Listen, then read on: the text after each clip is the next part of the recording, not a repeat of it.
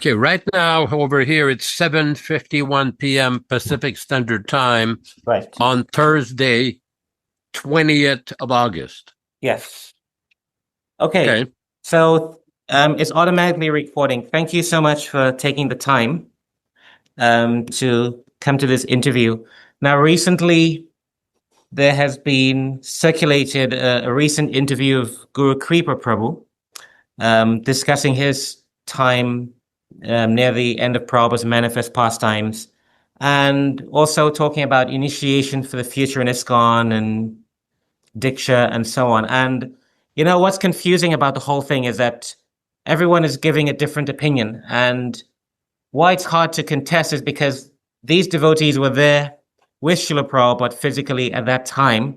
So for the new people, it can be rather confusing, you know, like this devotee says that, another devotee says something else. So I know you have a very unique perspective in the whole thing because you were there at that time with Srila Prabhupada, as were many devotees, and you were in a critical position at that time. So I have here 15 questions that I would like to ask you to see how much we can cover in this interview.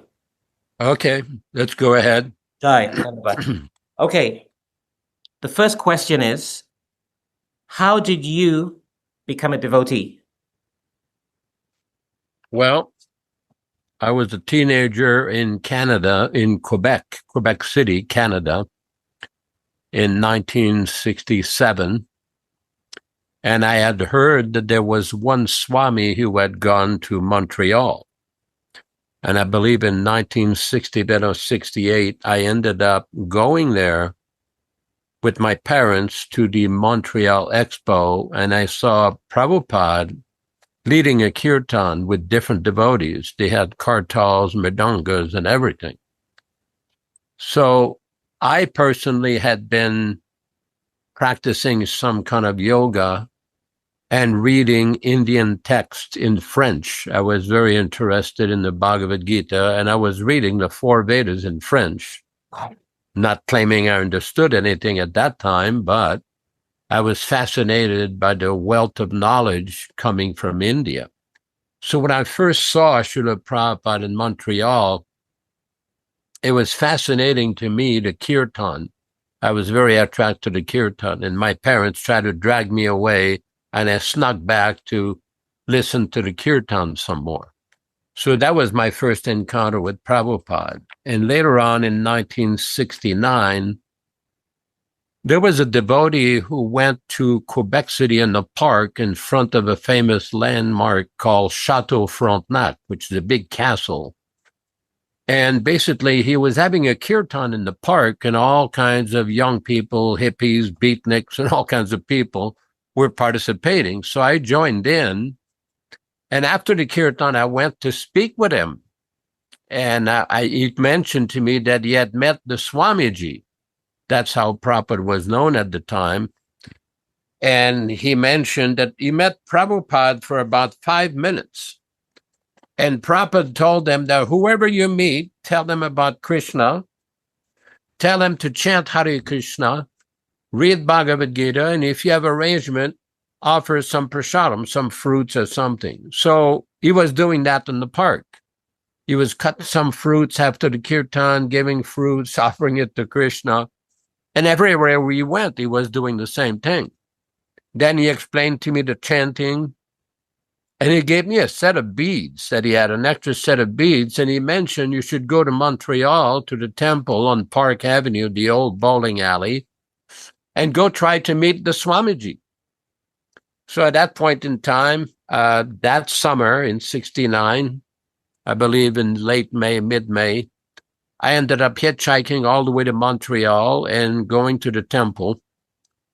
First, I went to the temple and I bought the Bhagavad Gita, the blue Bhagavad Gita. In 1969, there were very few books.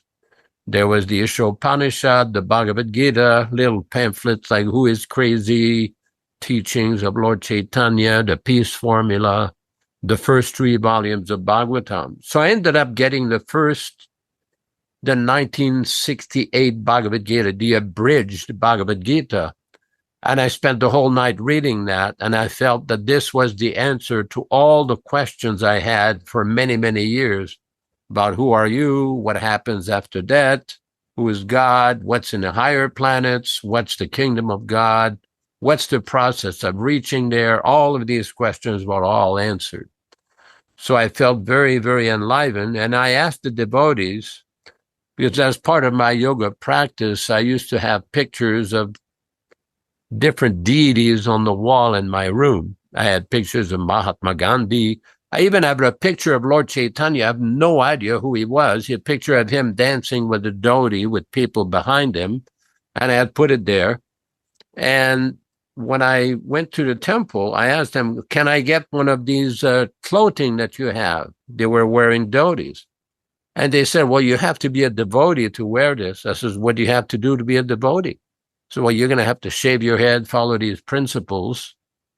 And then, because I was already following most of these principles, I became a vegetarian when I was 10 years old. Wow. And what happened is the next day I went to the temple, I shaved my head, and I joined, put the tilak and everything. And then a few months later, in August of 1969, the devotees took me to New York City to get initiated by Prabhupada. So that's how I first became a devotee, or consider myself an aspiring devotee. So that is the situation. Very nice. Okay. The next question is, how did you meet Guru Kripa Prabhu?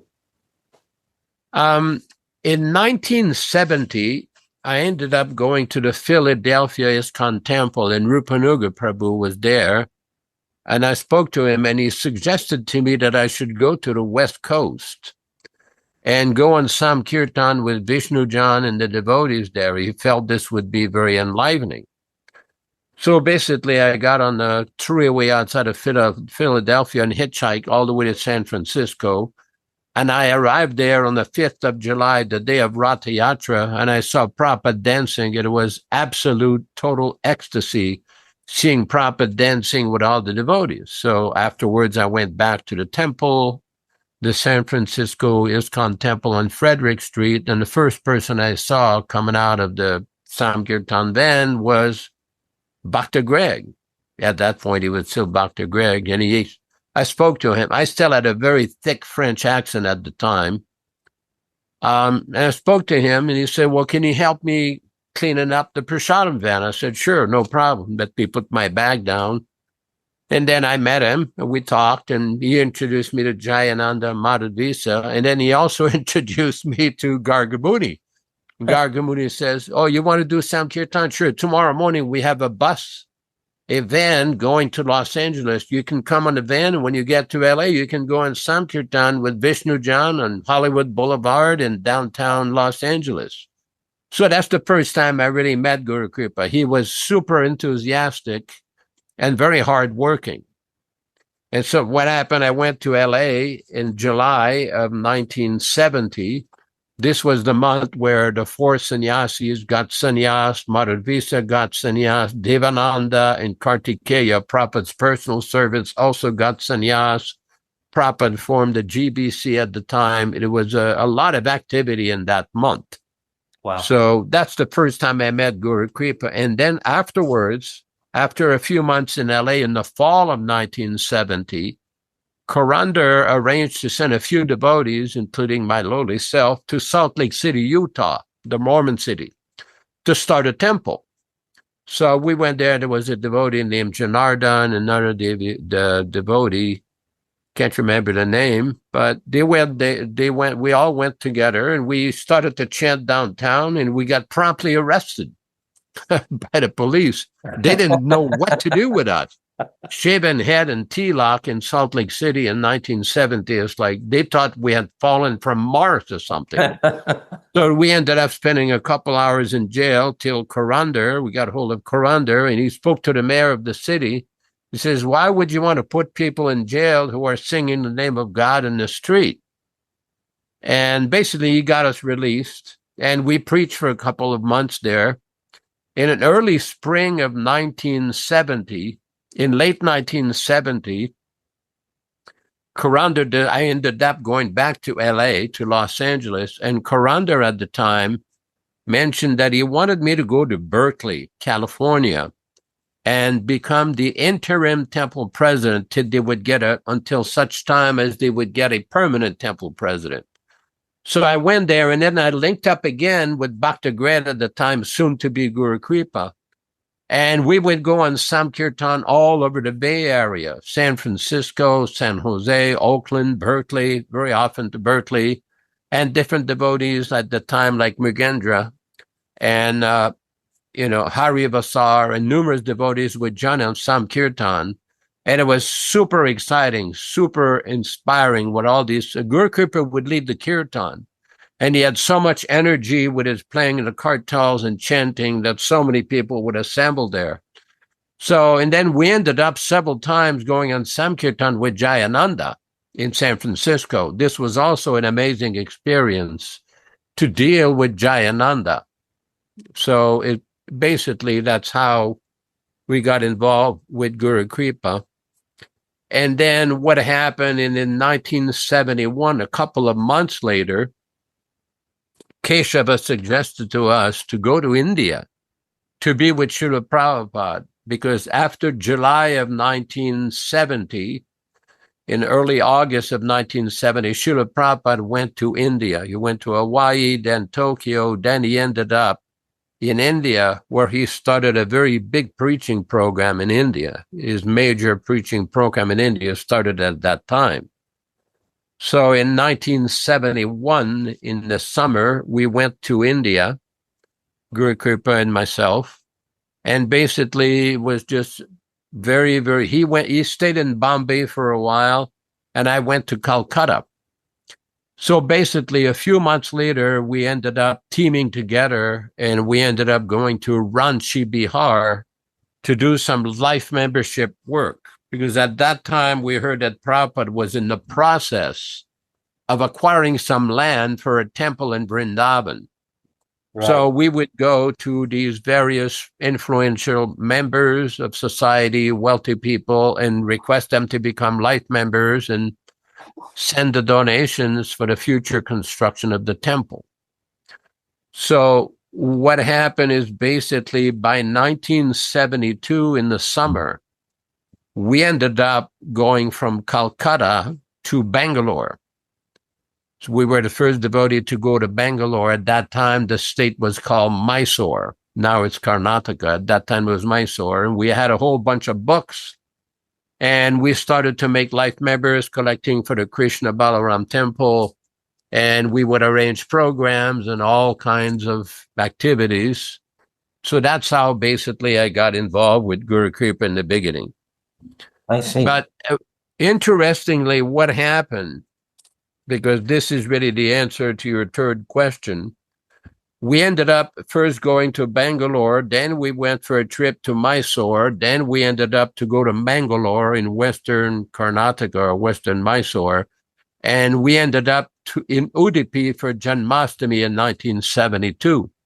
It was a very interesting experience because this was the first time that we went to Udupi. And it was the first time that any ISKCON devotees went to Udupi at the time. Right. So Guru Kripa was basically, very, very enthusiastic in his preaching activities. Because I ended up getting sannyas from Srila Prabhupada in Calcutta in 1971, late in the fall. And Guru Kripa did the first trip to South India. He was a brahmachari at the time. Right. So we were preaching, and at one point, when we came back from the trip to Udupi, Guru Kripa wanted to go to Mayapur. Okay. He says, I got to go to Mayapur. I'll be back in a week or 10 days. He spent maybe 2 weeks there or something. And basically, from what I heard, he had performed some pretty severe austerities, like chanting 64 rounds a day, just eating 1 meal a day, super austere. And when he came back, he was super fired up. He was really, I would say, super enthusiastic to collect for the Krishna-Balaram temple, to try to please Prabhupada with construction of that temple. So basically what happened, we started the Nama Hatta party at that time because there was 2 brahmacharis with us that were somewhat helpful. I mean, they were very sincere, but it was pretty austere in the beginning. There was no temples at the time. You lived in a dharmshala or some life member's house or whatever. And basically, we kept preaching and moving from one place to the other and getting our books and giving books to life members and everything. So what happened in 1972 in October, we ended up going to Vrindavan to meet Srila Prabhupada. He was giving the Nectar of Devotion lectures in late 1972, late October, early November. And Guru Kripa went to Srila Prabhupada and asked him, he described the preaching we were doing in South India, and Prabhupada was very interested to hear. And Guru Kripa asked Prabhupada for sannyas. And Prabhupada says, you're already sannyas. And Guru Kripa says, no, Prabhupada, I'm just a brahmachari. I'm not a sannyas. And then Prabhupada quoted him a verse from the Bhagavad Gita that there's no difference between sannyas, brahmachari. He quoted him some song of Narottam Das Thakur, Griye Thakur, Bhavane Thakur, Sadabali Hari Thakur. You're already a sannyas. And Guru Kripa kept telling him, no, Prabhupada, I'm not a sannyas. And then Prabhupada told him, he says, well, sometimes I see that some people, they come and they try to pressure me to give him sannyas. He says, Prabhupada says, I've had that experience, but that is not good. People should not do that. So then Prabhupada told Guru Kripa, I will give you sannyas, no problem. So then Guru Kripa got sannyas at that point in time. And then we started to get pretty enthusiastic about trying to develop a program that we would collect more money to build a Krishna-Balaram temple. Guru Kripa was really the leader. I was pretty much his assistant. And basically what happened at the Mayapur festival in 1973, Guru Kripa and I met a devotee named Gopal Swami. I don't know when he got his sannyas, but he was very fired up. He had gone to Japan after Sudama had left, because what happened in Japan at the time, you could only get tourist visas for 4 or 6 months, and then you had to leave the country, come back. You can only do that so many times. So after Sudama could no longer get a visa, this Gopal Swami went to Tokyo, got the society registered officially, and he got a executive from Dai Nippon who was printing the books at that time to buy a house outside of Tokyo, because you can't really buy a house in Tokyo itself, too expensive. But maybe 40, 50 minutes by train outside of Tokyo, he bought a house. So he's really made the groundwork for the society. Guru Kripa talks to him, and he invites Guru Kripa to come to Japan. So it didn't, at this point in time, basically, we were in the process to go back to America. Corrandar had provided us some tickets to go from Calcutta to Los Angeles. So by that time, this program to go to Japan was put on hold for a little bit. And then we arrived in San Francisco, and a couple of devotees joined us. Devotees like Kritigama, Pundarik, a couple of other devotees. These were the original devotees that formed the Nama Hatta party. And basically, we went on the road,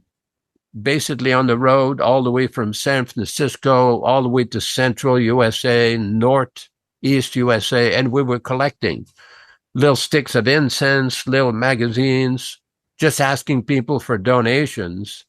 And within a couple of months, I would say by November, we had collected about $75,000 US.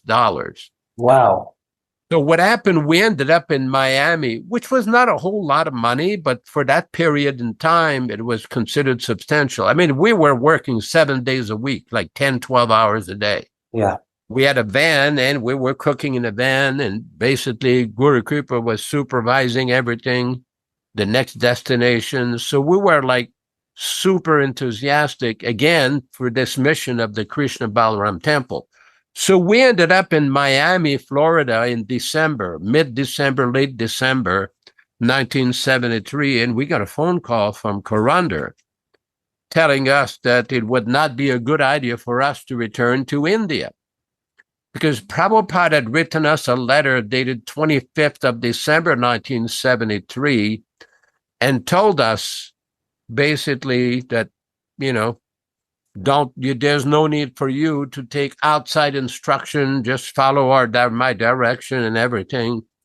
And then in the letter that basically we ended up going to Los Angeles. Guru Kripa says, we told Karandar, we're coming to LA right now. So we ended up in LA on the 31st of December, 1973.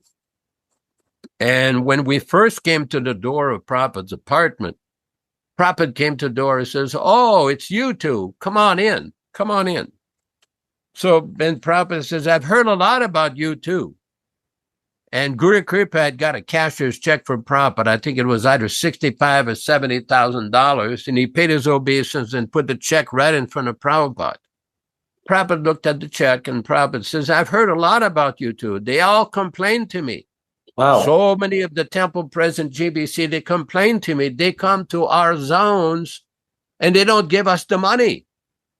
And Prabhupada says, just like I went to your country, I didn't do anything to my godbrothers. They became envious. So many of the Prabhupada was laughing. He says, they became envious. You collected the money because Prabhupada said to Guru Kripa, he says, I'm trying to build this temple. And they all know, and I need some money. They can give some money, but they don't give. And here you are, you collected this money. So Prabhupada was happy on one hand, we have collected the money, but then he says, you have to stop at my temples. He says, my temples is my body. That famous quote, ISKCON is my body. Prabhupada told that to me. I said, Prabhupada, I started to cry, literally. Prabhupada said, you don't like me? I said, no, Prabhupada. Then Guru Kripa put his hand up and he says, Prabhupada, let me just explain. In India, we had a lot of problem with one particular GBC. A lot of difficulties, a lot of politics, a lot of difficulty getting books, getting assistance from brahmacharis. And Prabhupada says, oh, yes, I have noted. And then Guru Kripa gave the name of one particular individual. Prabhupada says, I have noticed. Says he always tries to be number one. Prabhupada said, this is not our philosophy. Our philosophy is Gopi Bhartuhu Padakamalyor Dasa Dasa Nudasa. Not this idea that I have to be number one. Says, I have noticed, and Prabhupada said, he's not a Vaishnava, he's not a Vaishnava. Prabhupada said twice.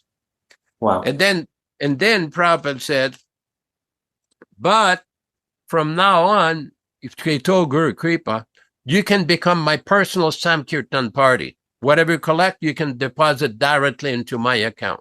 Guru Kripa was pretty happy with that. And then what happened is Srila Prabhupada, Guru Kripa asked Srila Prabhupada, can I have your chadar?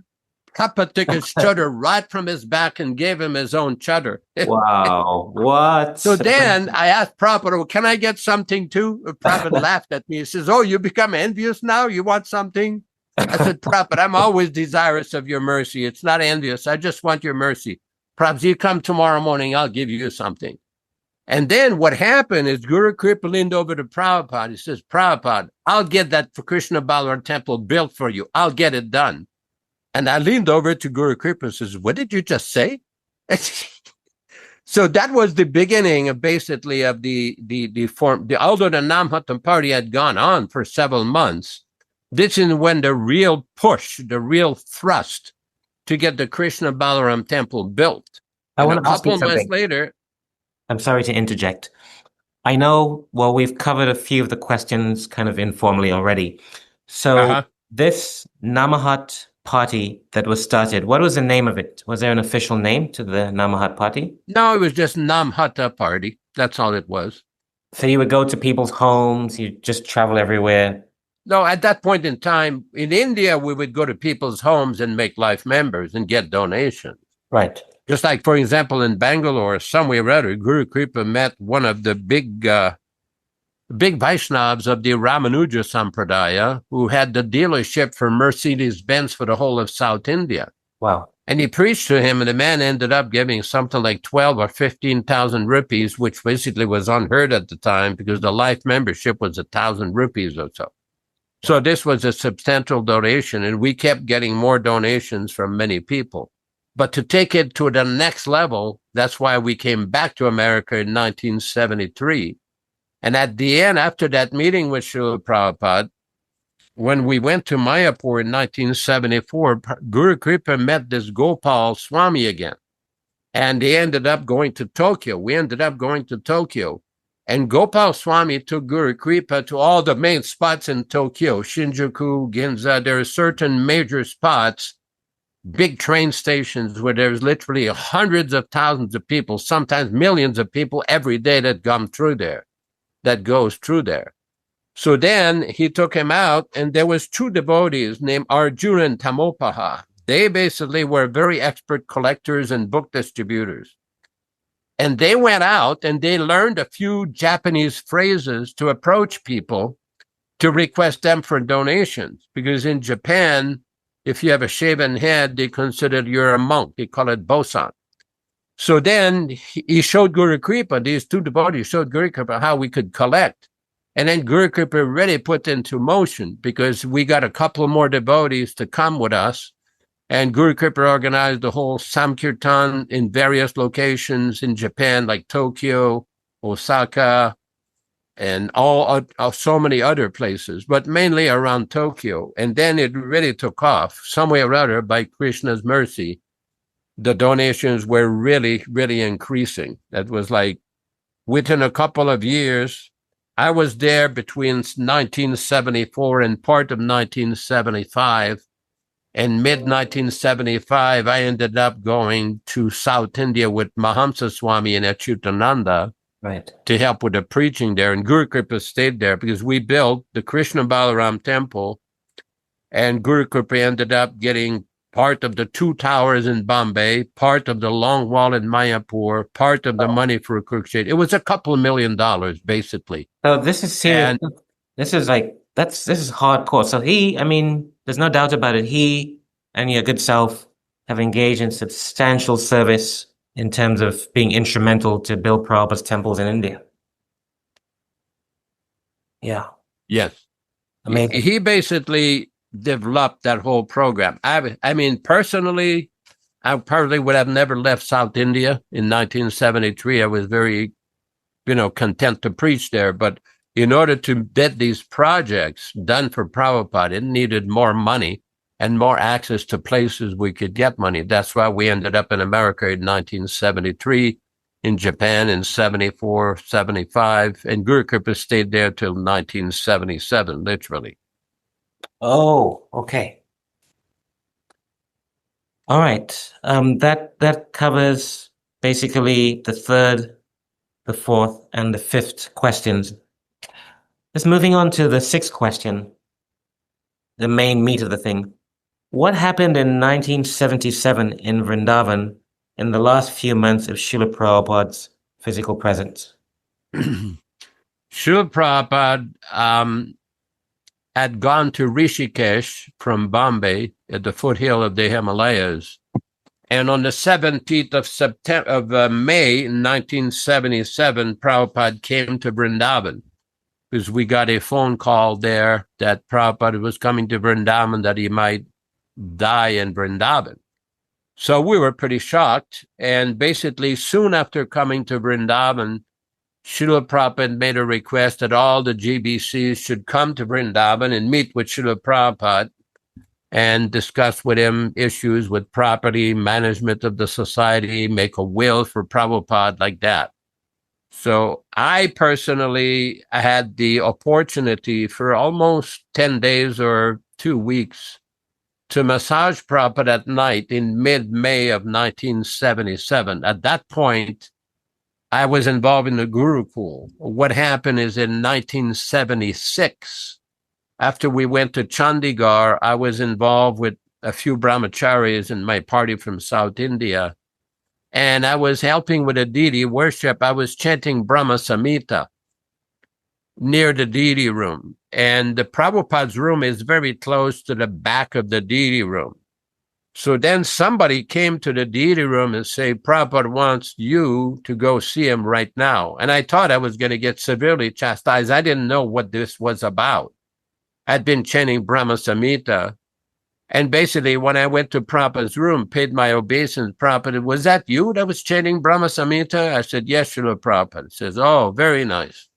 I said, so then you stay here in Vrindavan, train the devotees, and teach the children of Gurukul how to chant like this. So by May of 1977, I was involved in the Gurukul in Vrindavan, teaching the children every day. And Prabhupada had come there, and basically he requested all the GBCs to come to Vrindavan. So gradually, by the month of basically May of the end of May, all the GBCs, or most of the GBCs, came to Vrindavan, and they drafted some questions for Srila Prabhupada. Now, I was not a GBC at the time. I was still Guru Kripa's assistant, literally. And basically, I was privy to a lot of his confidential files, confidential correspondence with the GBC, GBC notes, GBC minutes, and everything. And basically, although I was not there when these minutes were drafted, the different questions to ask Srila Prabhupada, I was not there in the room when they did that, but because I was seeing all the papers, the written papers, I had some kind of an idea of what was going on. So that was the situation. Some other questions are there? Yes. What is the story with Srila Prabhupada wanting all of his disciples to come to Vrindavan in 1977? That particular story came out of when Prabhupada went to London, England, in the mid-August, or towards the end of August. When he came back to Bombay, there was a strike with Indian Airlines. He could not fly from Bombay to Delhi, so he had to take a train from Bombay to Mathura, to Delhi to Mathura. And when we got Srila Prabhupada, when Srila Prabhupada came to the Krishna-Balaram temple, we carried him in a palanquin to his room. And then what happened is the late secretary told me that Prabhupada had told him in Bombay that he wanted all of his disciples to come to Vrindavan. And I said to him, what are you going to do? I said, well, we're going to have to tell him to come. So somewhere or other, that instruction of Srila Prabhupada was suppressed. Now, again, I'm not pointing a finger at anybody here, but it's a well-known fact that that information was not relayed and given to all the devotees worldwide to come and see Srila Prabhupada as he had requested. So this is all documented, especially well by Amiyatma in one of his recent books. But I was personally told by the late secretary that Prabhupada wanted all of his disciples to come to Vrindavan. And Hari Sori at that point maintained an unpublished diary of the activities in September, October, and it was typed by Smar Hari's brother. And this is all related in there, that the Prabhupada requested devotees to come and they did not give the information for whatever reason. I see. Okay, next question. Any background information on how the controversy over the Guru issue started? Well, one of the reasons, because I've been asked that question by quite a few people, why was this issue not discussed with all the devotees? First of all, in 1977, there were attempts to get this issue clarified. Because you have to remember the May 28, 1977 conversation with the Srila Prabhupada about initiations, particularly at that time when you're no longer with us. This was a private discussion with a few GBCs. This was not available to the devotees for many years, the complete transcript of the conversation. There was different partial transcript, incomplete transcript, and it created a lot of difficulty for many of us who were trying to find out what did Prabhupada exactly say. For example, in August of 1977, I was in Vrindavan outside of Prabhupada's room because every day we would go in Prabhupada's room with the Guru Kid children and do kirtan. So one night, Bhagavan and Guru Kripa and myself, we were outside of Prabhupada's room at the Krishna-Balaram temple and requested the late secretary to be allowed to see Prabhupada to get clarification on how the initiation system in ISKCON would go on after his departure. And Tamal basically refused, saying, well, Prabhupada is not feeling well, and I know what he really wants, and this is not a proper time to discuss this. Basically, he refused to allow us to see Prabhupada. Then later on, during the so-called debate in San Francisco in January of 1994, Jayadvaita and Saswarup put out a little paper with their memories of what they feel happened. And they made a point that in October of 1977, basically they went to Tamal and asked him the same question. They want to get some clarification on how the system would work in the ISKCON temples. Again, the same answer from the late secretary. He would not allow them to do that. When we, Guru Kripa and myself, came back from Japan, because what happened in mid-October of 1977, we got news from Akshayananda and Bhagatji and a couple of GBCs that there was a lawsuit from the contractor of the Gurukul building, the Bhaktivedanta Swami Gurukul building in Vrindavan. The ISKCON was being sued. Prabhupada called us in and requested us to go to Japan with a Nama Hatta party and try to collect some money on a quick basis to try to solve this litigation. So we went there, basically, and then we heard on the 14th of November after Prabhupada departed, we got a phone call, you got to come back right away because Prabhupada just departed. So this was a great shock to us because we were hoping and praying that Prabhupada would stay much longer. But for some way or other, we were not able to get tickets right away. And we came back on the 1st of December. Oh, and when we came back to Vrindavan, the late secretary talked to us. It was on top of the Gurukul building. And basically, he gave us some mementos from Srila Prabhupada. And basically, he explained what happened and the ceremonies after Prabhupada departed, the whole procession through Vrindavan city. And then Guru Kripa basically looked at him straight in the eyes and said, how is this initiation thing going to work now that Prabhupada is no longer there?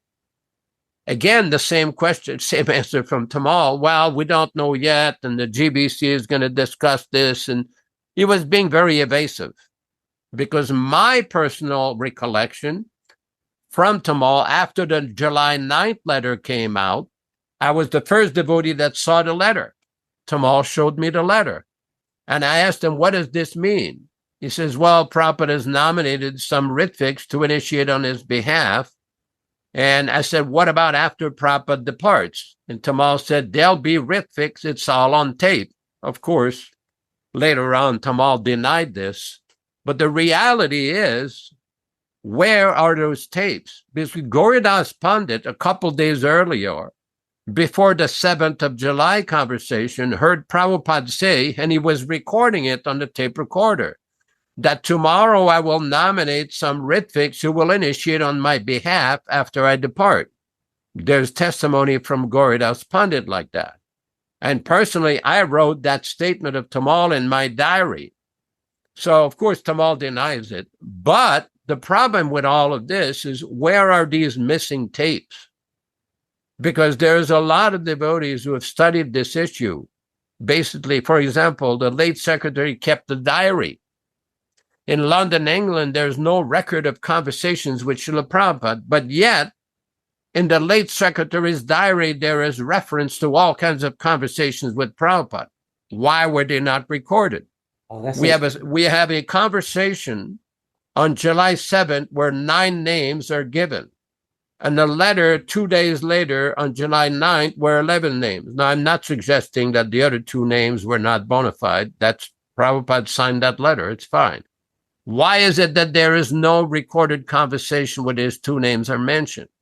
In Topanga Canyon, California, the late secretary mentioned that he asked Srila Prabhupada about Brahmananda Swami because he liked Brahmananda Swami. Brahmananda Swami was beloved of many devotees.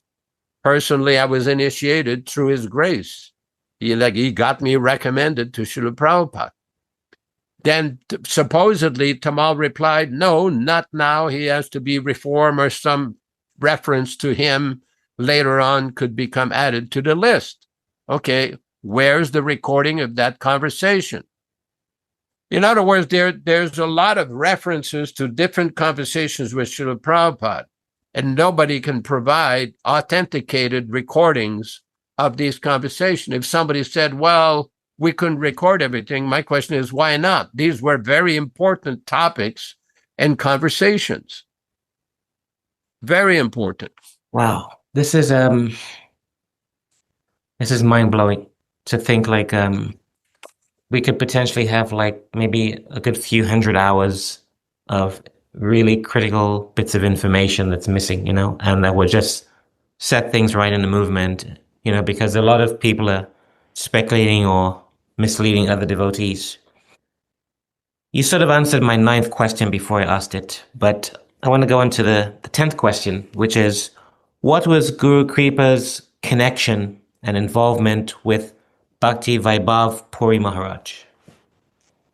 I believe in 1991, 1992, both Guru Kripa and Bhaktidas went to him. He was a senior sannyasi in the Gaudiya Math. Prabhupada had a good relationship with him. In 1972, when Prabhupada did the ground-laying ceremony of the Mayapur temple, he came there to Mayapur. He was very supportive of Srila Prabhupada. In 1971, I believe, he invited Srila Prabhupada and many of his disciples to his temple in Vishakhapatnam. He was very favorable to Srila Prabhupada. Prabhupada wrote a letter one point. He says, perhaps you're the only godbrother who is not envious of my activities. I'm paraphrasing here. He was a very fixed-up sannyasi, and Guru Kripa and Bhaktidas basically started to consult him. In 1993, basically, Guru Kripa, Bhaktidas, and myself, and Hamsadutta went to Vrindavan, and Hamsadutta issued a challenge. It was a $108,000 challenge where we agreed, and Guru Kripa had the checkbook, to pay $108,000 to anybody who could prove in writing that they had been appointed by Srila Prabhupada as an initiating guru. Nobody showed up. So basically, they consulted him, and basically, that is the story.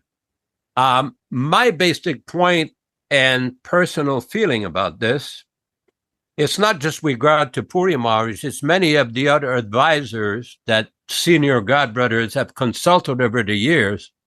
Where's the record specifically in the last few months of Prabhupada's manifested presence? I'm referring to 1977, from April to November 14. Where's the record, authenticated record, evidence, where Prabhupada told us to go consult other advisors besides himself? I say it doesn't exist. Some people have tried to put out some statements where Prabhupada said this at this time, Prabhupada said it at that time, because in Prabhupada's mind, even in Srila Prabhupada's will, he says there's no need of any change of management. Things should remain the same. Not all these changes that were introduced in 1978. So this idea that people have gone to various advisors trying to prop up some tradition idea or so-called living guru philosophy, this was not supported by Srila Prabhupada. For example, in 1969, Srila Prabhupada was exploring a cooperation with a group in Calcutta called the Chaitanya Mission. They were exchanging correspondence, how to cooperate for preaching. And what happened in one letter, Prabhupada said, I see that in your articles you mentioned that the Acharya is entitled to nominate his successor in writing.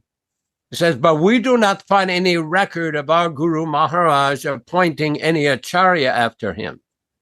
So this is basically my point, that in 1977, in a few months of Srila Prabhupada manifested presence with us, there's no record of Prabhupada appointing or selecting or nominating or choosing, whatever term you want to use, any Diksha gurus or initiating acharyas after him. That is basically what was called in Topanga Canyon a myth, a fiction. They invented this. That's why many of them refused to discuss the issue when it was brought up to them. For example, in March of 1978, I was living in Bhagavan, Tamal, Guru Kripa, and myself, my lowly self. We were all living together in the same room on top of one of the long wall building at Mayapur. So one time, Bhagavan, who was very friendly with Guru Kripa, they were out, and I asked Tamal, I said, I'm in the Gurukul there teaching, and there's a lot of parents from different zones of the world. They're asking the question, how is this initiating, is the situation going to work? Why, there's no clarification. When I mentioned that to Tamal, says, why don't we take all the important conversations which took place with Srila Prabhupada in 1977 and get him transcribed and discuss this in front of all the sannyasis, temple president, and senior devotees. I said, we have 40, 50 Brahmins. We could get this done and get them make some clarity. And Tamal was very surprised with my question. And he says, well, Prabhupada said, if we have any question, we can go ask Sridhar Maharaj. And I said, really? I said, no, you can go ask him some questions. So actually, I went there with one Bengali brahmachari and started to ask him some questions about this. And he raised his hand. He says, no. He says, if they have questions, it's best that they come and ask. Otherwise, there could be misunderstanding. So there were efforts to try to get clarification in 1977, in 1978. But then, by that point in time, there was a lot of people that had different ideas about how this thing should be done. That's why there was so much confusion and so much misinterpretation of Prabhupada's instruction. So, there was this, I know back in the early 80s, the Sridhar Maharaj camp was booming and a lot of devotees were joining the Sridhar Maharaj camp. And Tamal Krishna Goswami was, from what I understand, was propagating the idea that Prabhupada said we can take guidance from Sridhar Maharaj with regards to the philosophy after his physical departure. In fact, they point to, I think, is it a letter or a conversation that Prabhupada even wanted Sridhar Maharaj to be the president of the Mayapur temple. Mm-hmm. Is that true? Yes, there is documentation with regards to that. But my point is, and I don't want to offend anybody, it's not my position to criticize any disciple of His Divine Grace, Srila Bhaktisiddhanta Saraswati Thakur. They're obviously all special souls. But when regards to ISKCON and Prabhupada society, Prabhupada wanted things done a different way. And it is well known that Prabhupada did not approve of the Acharya appointment that took place in the Gaudiya Math in 1937 after the departure of His Divine Grace, Srila Bhaktisiddhanta Saraswati Thakur. There is a famous letter to Rupanuga where Srila Prabhupada documents the breakdown of the Gaudiya Math. Prabhupada very specifically mentioned certain individuals who were responsible for disobeying Guru Maharaj's order. There's also different conversation that took place at different times. It's all available in the Prabhupada conversation books, where Prabhupada explained the whole breakdown of the preaching mission of the Gaudiya Math. And Prabhupada did not want the same thing to happen to his mission. I personally was in Prabhupada's room in 77, where Prabhupada told two senior men, please do not allow my institution to become like the Gaudiya Math or the Catholic Church. What did they do? They did the exact same thing. So Prabhupada was very concerned about this. That's why he wrote in Chaitanya Charitamrita, Adi Lila, chapter 12, in connection with the sons of Advaita Acharya, some of whom had deviated from his instruction and teachings. Yes. Prabhupada mentions the whole history of the Gaudiya Math breakdown. So this idea that Prabhupada wanted us to get advice and consultation with different advisors, that is not documented. That is not a fact. Yeah. As a matter of fact, the only documentation which I've heard was a conversation between Srila Prabhupada and Pradyumna, Panditji, when Prabhupada basically told Panditji that if you have any technical question about the translation of the Sanskrit commentaries of the Acharyas on the Srimad Bhagavatam, that he could consult Sridhar Maharaj. But this was not an open floodgate questioning on everything about Prabhupada's society. Because Prabhupada, in his mind, had set everything up. Everything had been set up. That's why in Prabhupada's will, there is mentioned there is no need of changing the management. There's no need for that. And that system that they introduced was a complete change of everything Prabhupada had made. Change in the deity worship, change in the guru worship, change in the kirtan, change in the way we worship the acharyas. So many unnecessary changes. So this is a very important point. Prabhupada was very careful to document everything carefully about his society, his directives, his orders, how everything he wanted. And then this most important issue he would forget. No, he did give a documentation. He gave that letter of July 9th, which was signed by him.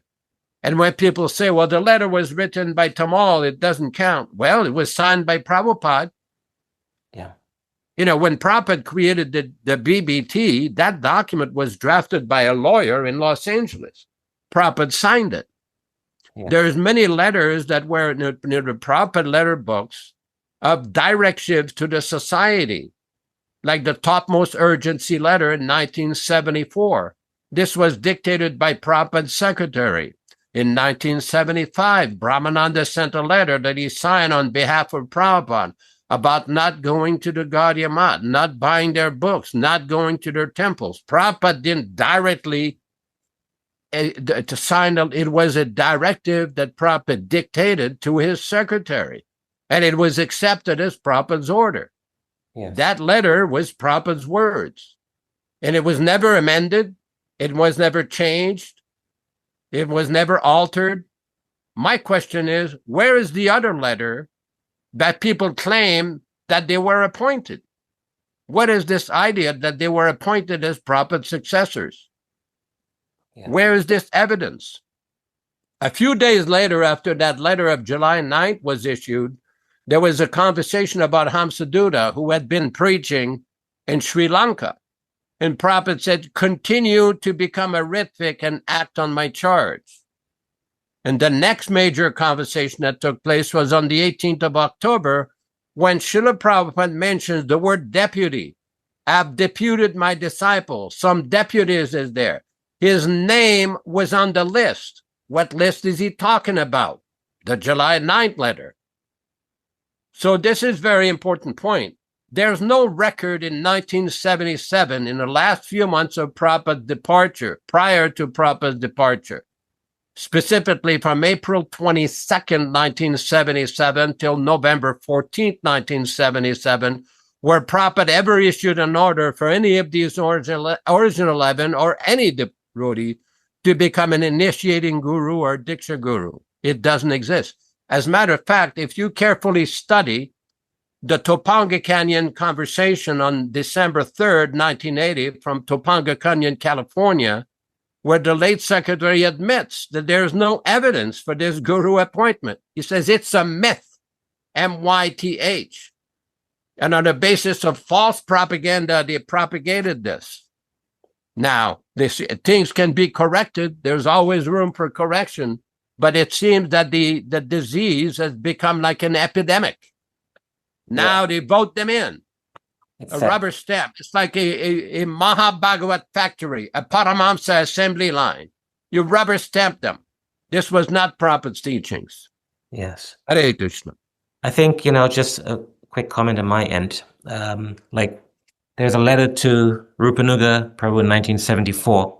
Prabhupada goes into a brief history as to the disintegration of the Gaudiya Math. And Rupanuga had mentioned, I think, on Sampradaya Sun, that he sent a letter to Prabhupada because he had recently attended a Gaudiya Math festival at Sridhar Maharaj's Math. So he said to Srila Prabhupada that he did not find Sridhar Maharaj to be very genuine. So in response to his letter, Prabhupada says, you are right about the genuineness of Sridhar Maharaj, but in my opinion, he's the best of the lot.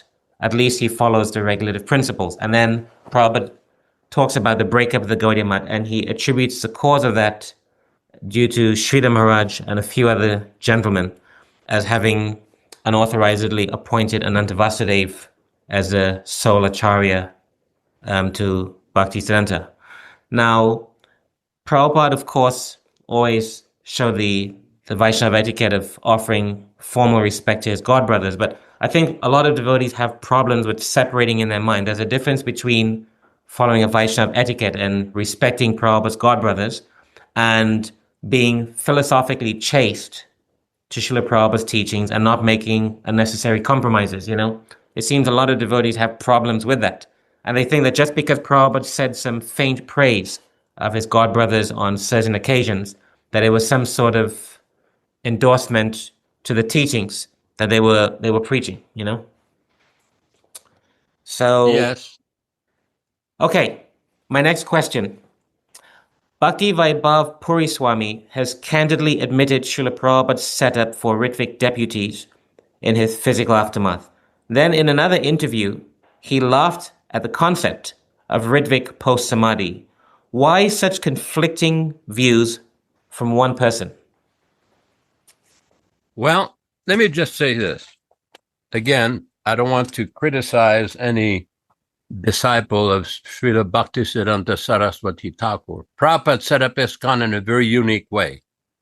In the beginning of his mission, he tried to cooperate with some various members of the Gaudiya Math, leaders. Every time that did not work. He built his mission, he preached his mission, and he was very careful to give guidance to many of his leaders in private conversations about not repeating the same mistakes of the Gaudiya Math. If anybody wants to study the Chaitanya Charitamrita text, it's right there. Adi Lila chapter 12, text number 8, like that. Why would Prabhupada introduce an Acharya appointment system that he had criticized repeatedly with regards to the Gaudiya Math? That would be a major contradiction. What Prabhupada did was basically nominate some senior men to carry on the formalities of the initiation. He did not want to repeat the Gaudiya Math Part 2 mistake. That was not Srila Prabhupada's point. He wanted to avoid that. At the same time, he chose some physically present persons who would carry on the formality, the chanting on the beads, the choosing of a name, the performance of a fire sacrifice, like that, to carry on the process. If Prabhupada wanted to appoint some successor gurus, successor diksha gurus, or initiating acharyas, why he did not say in public, not in secret, in public. And the first meeting that GBC had in Mayapur in 1978, if they were so convinced that they had been appointed as acharyas or diksha gurus, why didn't they bring up their so-called appointment tape in public and discuss it in front of everybody? The fact of the matter, they had their own private secret discussions, and then they introduced it in the society immediately after Mayapur. It's not a very complicated issue to understand. Puri Maharaj came from the system in the Gaudiya Math where they have all these different independent maths where they all appoint their successors. This was not Prabhupada's idea. Every time Prabhupada was asked whether or not he had nominated a successor after him, he said, no, I have a GBC, a governing body, they will carry on. What they did is borrow the Gaudiya Math deviated failure program. That's what they did. And the whole preaching was disturbed. The mission was disturbed. There's a lot more behind this whole story, but basically, Puri Maharaj contradicted himself. He said in one interview that he asked Srila Prabhupada, did you appoint one guru? Prabhupada said, no. Prabhupada replied, I've not appointed any guru. I've appointed some Ritviks. And basically, after Prabhupada departed, he criticized the whole concept. Why? Why criticize Prabhupada's arrangement? It was a perfect arrangement. Their arrangement resulting in these original 11 either all falling down or major deviations. How did he explain that? There was a tape with, I believe, Madhu Pandit. Incidentally, I very respectfully disagree with my good friend Guru Kripa when he criticized the Bangalore devotees with Madhu Pandit that they don't follow Shastra. Following the order of the Acharya is following Shastra. That is following Shastra. That Ritvik arrangement was Prabhupada's arrangement for continuation of initiations in his society. He did not want a Gaudiya Math Part 2 program, and it's exactly what they introduced. These misleaders introduced in Prabhupada society. And when we tried to discuss it in 1978, they didn't want to hear it. As a matter of fact, one of their leaders from Mayapur, one of the original 11, told one Gurukul teacher, there is nothing to be discussed. We have already decided everything. They, meaning Pradyumna, myself, and some other devotees, they should just accept. There is nothing to discuss. What kind of idea is that? That's why every time we try to bring it up to the late secretary, he refused to discuss. He refused to bring it out in the open. The GBC did not bring the issue out in the open in 1978 at the March meeting. They refused to discuss it. They forced it through. As a matter of fact, their first report contains a great insult to Srila Prabhupada. They said the process for continuing initiations in consultation with higher authorities. What is this nonsense? Higher authorities? Did they ever provide evidence that there were higher authorities than Srila Prabhupada and his movement? Prabhupada was the supreme authority in his society. Who did they consult? Were they referring to themselves as higher authorities? Still, they cannot explain. Many other things they cannot explain. For example, Sudama came to Vrindavan in August of 1977. And I know this story because Sudama lived with me in Badger, California for a few months. And he told me the story of how he had a conversation with the late secretary and another sannyasi from Mayapur, where they told Sudama, we're going to divide the world into 11 zones, and eventually we want to give you Japan. And Sudama's reply is, Prabhupada is sitting there in his departure room on his deathbed, and you're talking about dividing his properties? What kind of nonsense is this? And he left. He was totally disgusted. There is even a story of one brahmachari in Mayapur who told, again, one of the sannyasis at Mayapur, he was sent to Navadvip to obtain some teak wood and some rosewood and silk and velvet. When he told the sannyasi, why are we getting this? We have plenty of this in the storeroom for the deities. He says, no, this is not for the deities. This is going to be building the 11 Vyasasanas for the new gurus. Bear in mind, this was also in August of 1977. Prabhupada was sitting in his room. Wow. They were masterminding and colluding amongst themselves how they were going to take over Prabhupada's properties and their nonsense. Shocking. Good Lord. All right.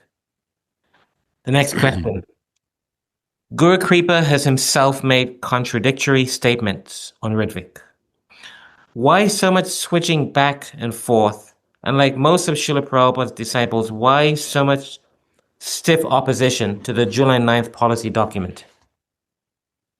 Maybe they haven't studied the issue carefully.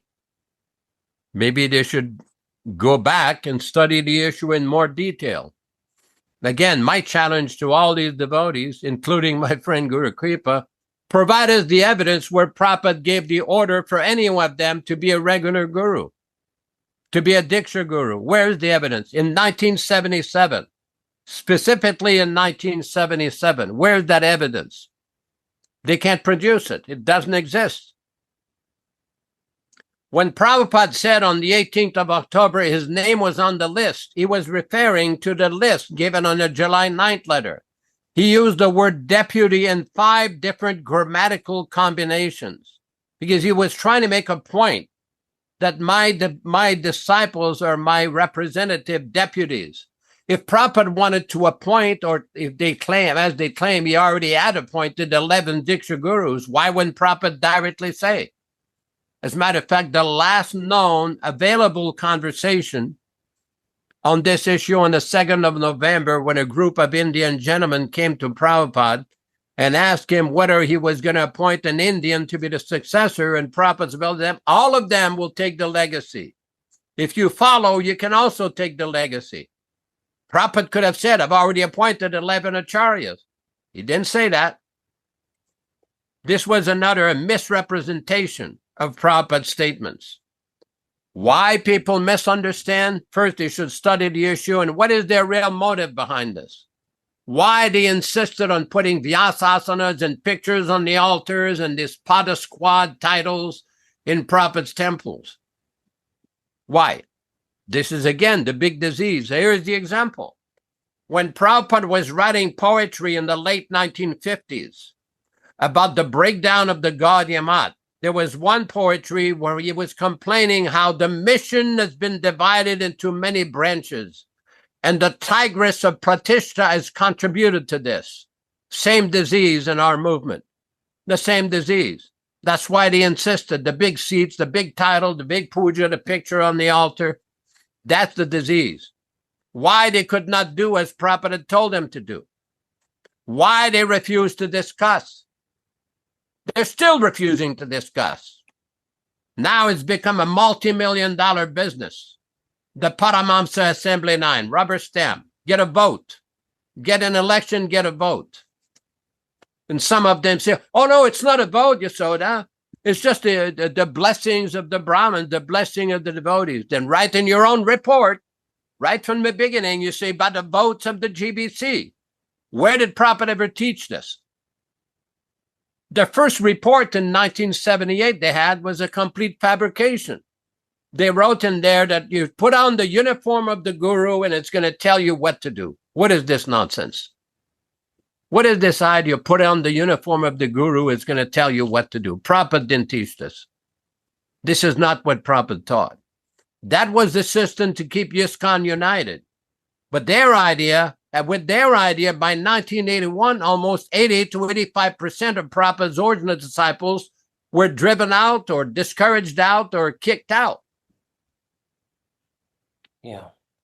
They could not produce one original bona fide transcript of that May 28th conversation almost for 9 years. The only person who came with a bona fide, full, complete transcript was Sulochan. And he was assassinated a few weeks after he came out with his booklet, The Guru Business. Yes. Why? What did they have to hide? They had their own plans, their own schemes. Well, I have a question on this point, as you talked. Yes. It has been rumored that the May 28th tape has been tampered with. Can you shed some light on this?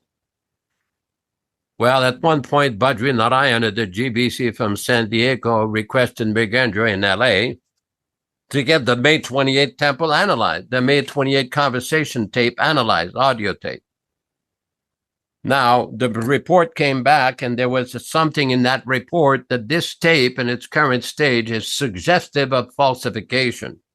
I'm not saying it's false because there may be explanation of why there were so many cuts and stops and change of sound and everything. There may be reasons. The fact of the matter is, even in its current form, they cannot explain this tape. Where is the order? When Prabhupada says, when I order, it becomes okay, when was the order given? The specific order as Diksha Guru. Why didn't they come get their money? Their $108,000 in 1993 when we sat down in front of Rupa Goswami's Samadhi in Vrindavan and challenged the GBC, produce evidence here of your appointment. Nobody showed up. They knew very well they were not appointed. That was a lie. That was a falsehood and a fabrication. That tape, there was a report by somebody named Norman Pearl, Pearle.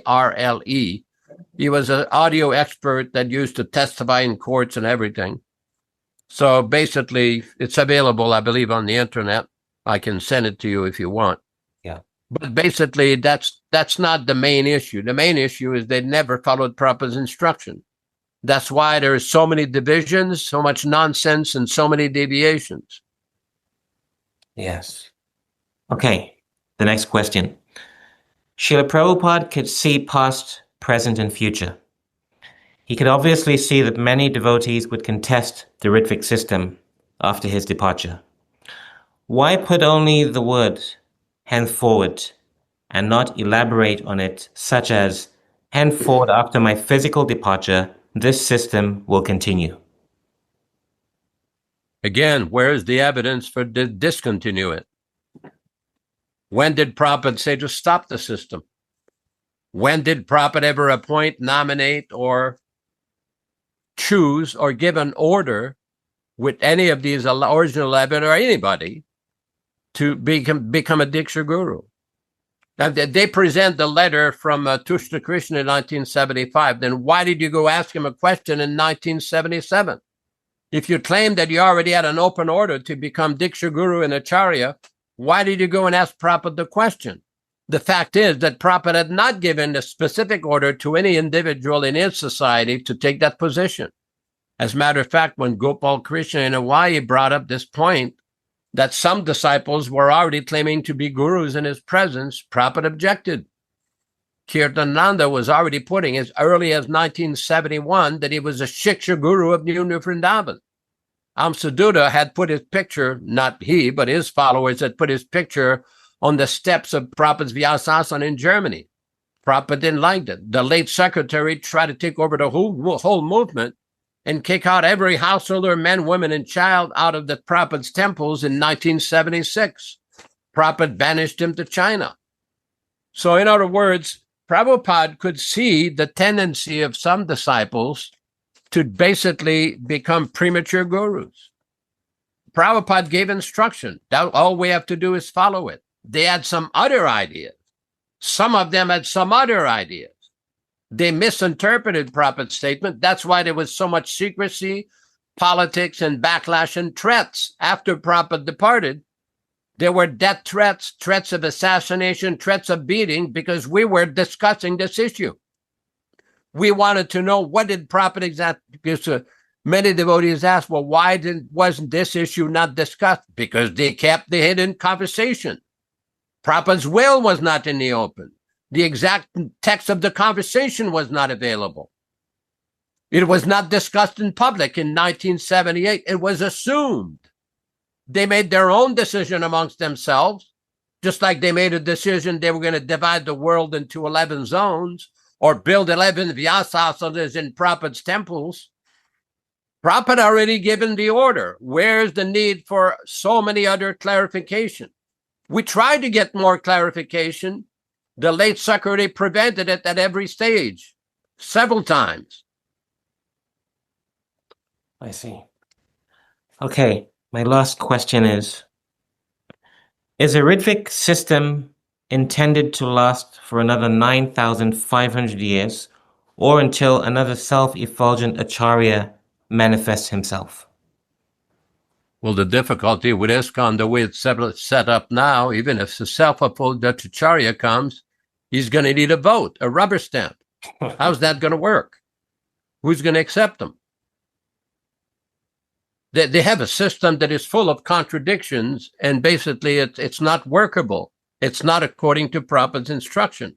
As far as whether it's going to be for another 8,000 years or 9,500 years, it's basically Prabhupada's instruction. We do know that Srila Prabhupada said that his books would be the law books for the next 10,000 years or 9,500 years. We do know that his books, because the point is, what is initiation?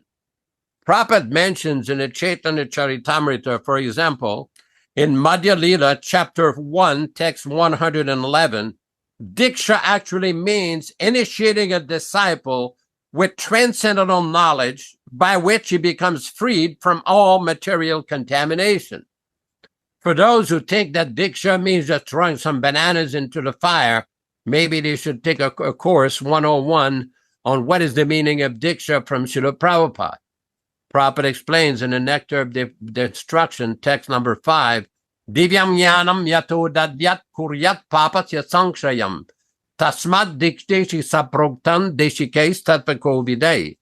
This is a definition that is given from the Bhakti Sandarbha of Jiva Goswami, where Prabhupada says that the Divyam Jnanam, that is the real initiation, the transmission of transcendental knowledge. And now the greatest problem in this movement, even greater problem than this Ritvik or regular guru issue, is the fact that the Divyam Jnanam from Srila Prabhupada has been adulterated. It's been changed by individuals who have misrepresented Prabhupada's instructions, changing his books without authorization. So this is a very important point. There's a lot of issues with this issue regarding these points that have never been resolved. And the GBC refused to discuss it. They're self-satisfied in their ivory tower at Mayapur. Because discussing this, they would have to change. They would have to revert back to the Prabhupada society according to the guidelines and instruction that he wanted. No more bureaucracy. No more centralized management. That bogus GBC Society of West Bengal they have at Mayapur, it's a complete concoction. Incidentally, those of you who are listening to this, you should know that that foundational document by the GBC was a fraud.